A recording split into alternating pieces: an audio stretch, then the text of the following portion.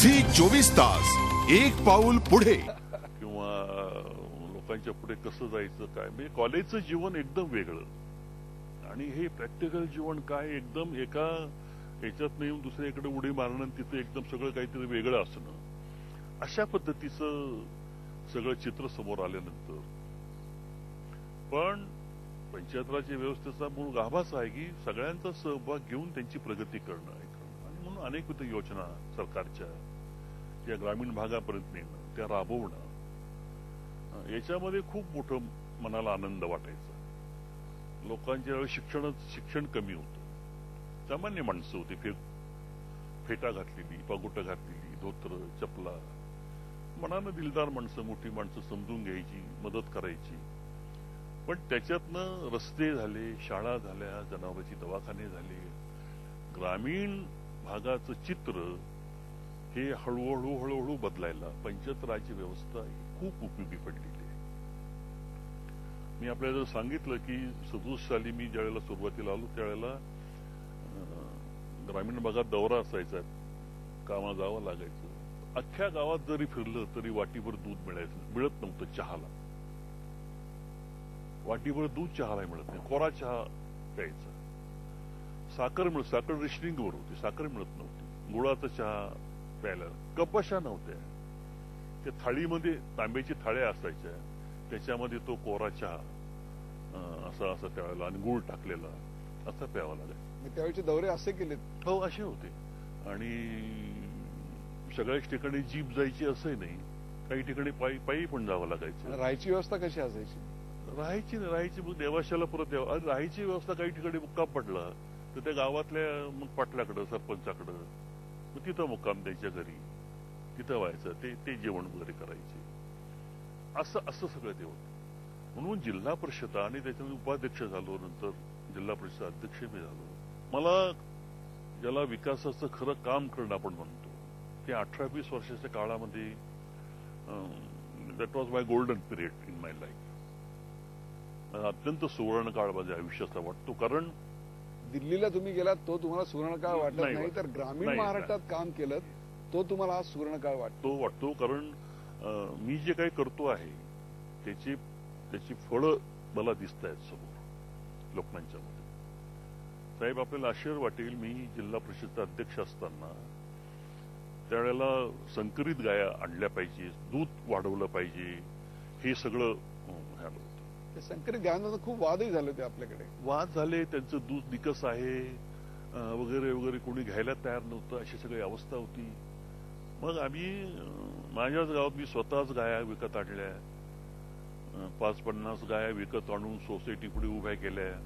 लोकांना बोलवलं, अरे घ्या, एक तरी घ्यायला लागले.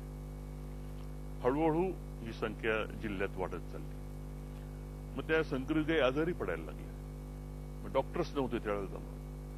मी निर्णय घेतला आणि माझ्या जिल्हा परिषदेचं सगळं बजेट त्या वर्षीचं हे दूध धंद्यासाठी मी वापरलं. जनावरांची दवाखाने बांधले, जनावरांचे डॉक्टर्स तयार केले, त्यांना मोटरसायकली दिल्या.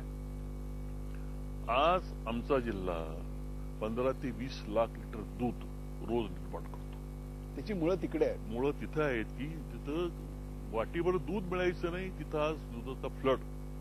आणि दुष्काळी जिल्हा आहे आमचा. लोकांनी गाया घेतल्या, आज दूध धंदा मोठ्या प्रमाणात आहे. दूध डेऱ्या निघाल्या, दूध आज मुंबईला जातं, पुण्याला जातं, नागपूरला जातं. ही क्रांती खरी. यशवंतरावजी, मला सांगा, या पंचायती राजनी हे सगळं उभं केलं, असं एक साधारणतः रोजी किंवा असं एक चित्र आपण एकीकडे बघतो. परंतु दुसरीकडे महिला आरक्षण आपण आणलं, परंतु खरी सत्ता त्या घरातल्या पुरुषाकडे असते, महिला एक बुजगावणा म्हणून असते. अशा प्रकारच्या अनेक घटना, अनेक त्याचे तोटे मी सांगू शकतो. हे दोष नेमके दूर कसे करणार? असं आहे की कुठलाही निर्णय एकदा घेतल्यानंतर त्याच्यातनं एकदम लगेच तुम्ही 100% त्याचं हे तुम्हाला दिसेल, ही स्लो प्रोसेस आहे. खरं ही प्रोसेस एकदम रात्रीतून बदल घडत नाही. महिला आरक्षण आल्यानंतर आधी तर महिलाच मिळत नव्हते उभं राहायला, मग ते हळूहळू मिळायला लागले. मग आजही काही ठिकाणी असं घडतं की त्या घरी आणि त्यांची पतिराज तिथे हे चित्र सुरुवातीला होतं, आजही काही प्रमाणात आहे, पण यातही आता हळूहळू बदल व्हायला लागलेला आहे. कारण अनेक शिक्षित महिला आज आलेल्या आहेत, तयार झालेल्या आहेत आणि मोठी चळवळ आता महिलांचं आपण म्हणतो तसं पूर्वीसारखं चित्र राहिलं नाही. मी आपल्याला सांगू की महिला बचत गट ही जी एक चळवळ संकल्पना आहे, त्याच्यातनं मी गेल्या या 10 वर्षात पाहिलं. महिला बचत गटाच्या मार्फत त्या आता सुरुवातीला त्यांना काही हिशोब ठेवता येत नव्हते, लिहिता येत नव्हतं, बँकेत जायला लाज वाटत होती वगैरे वगैरे सगळं. आता महिला स्वतः बँकेत जातात, स्वतः सगळे त्यांचे महिला हिशोब ठेवतात, व्यवसाय करतात, गाई की म्हशी की तो व्यवसाय, पापड किंवा अनेक बाकीचे सगळे असतील ते. त्यांची अधिवेशनं होतात, नगरला होतात, पुण्याला होतात, तिकडं जातात, सभेमध्ये येऊन बोलतात धीटपणानं. पुरुष काय बोलतील अशा स्त्रिया बोलतात सभेमध्ये धीटपणानं. चित्र बदललंय आता, बदलत हळूहळू बदलतंय. असंच काही नाही की फार बदल आहे या सगळ्या याच्यामध्ये. आणि म्हणून या व्यवस्थेनं, पंचायत राज व्यवस्थेनं ग्रामीण भागाचा चेहरा मोहरा हा शेतीच्या बाबतीत संकरित, तुम्हाला आपण सांगतो की संकरित आज जे आपलं अन्नधान्य 125 कोटी लोकसंख्येला पुरून आपण 50-60 देशाला अन्नधान्य पाठवतो, एक्सपोर्ट करतो. ही साधी गोष्ट, साधी क्रांती नाही. वसंतराव नाईक मुख्यमंत्री होते, त्यांनी शनिवार वाड्यापुढे भाषण केलं होतं की अन्नधान्याच्या बाबतीत महाराज तू हे केल्यानंतर मी फाशी जाईल, मला फाशी द्या, असं काहीतरी त्यांचं ते वाक्य होतं. म्हणून संकरित बियाणं पेरलं पाहिजे याच्यासाठी जो महाराष्ट्रभर प्रचार सुरू झाला तो कोणी केला? तो काही रेव्हेन्यू डिपार्टमेंटने केला नाही, तो काही पाटबंधारे खात्याने केला नाही किंवा इतर कोणी केला नाही. ही सगळी प्रक्रिया मी त्याच्यातला एक कार्यकर्ता आहे. ग्रामपंचायत, पंचायत समिती, जिल्हा परिषद, त्यातले पदाधिकारी, कार्यकर्ते, अधिकारी, IAS अधिकारी, CO होते त्यावेळेला. ते स्वतः फील्डवरती फिरत होते, लोकांना सांगत होते, प्रात्यक्षिक दाखवत होते. आणि त्याच्यानंतर त्याची गोडी लागली, 1, 2, 3 वर्ष लागली त्याला. पण आज किती प्रचंड उत्पादन अन्नधान्याचं झालेलं आहे. यशवंतरावजी, मी हे सगळं मान्य करतो की उत्पादन वाढलं, ग्रामीण भारताचं एक चित्र बदललं, तिथे भौतिक परिस्थिती सुधारलेली आहे, सोयी सुविधा आलेल्या असतील, कालच्यापेक्षा आज निश्चित आलेल्या आहेत. मी राजीव गांधींचंच वाक्य तुम्हाला सांगतो की या व्यवस्थेमध्ये असणारा जो भ्रष्टाचार आहे त्याच्यामुळे 1 रुपया जर या व्यवस्थेत टाकला तर 15 पैसे सुद्धा शेवटच्या माणसापर्यंत पोहोचत नाहीत.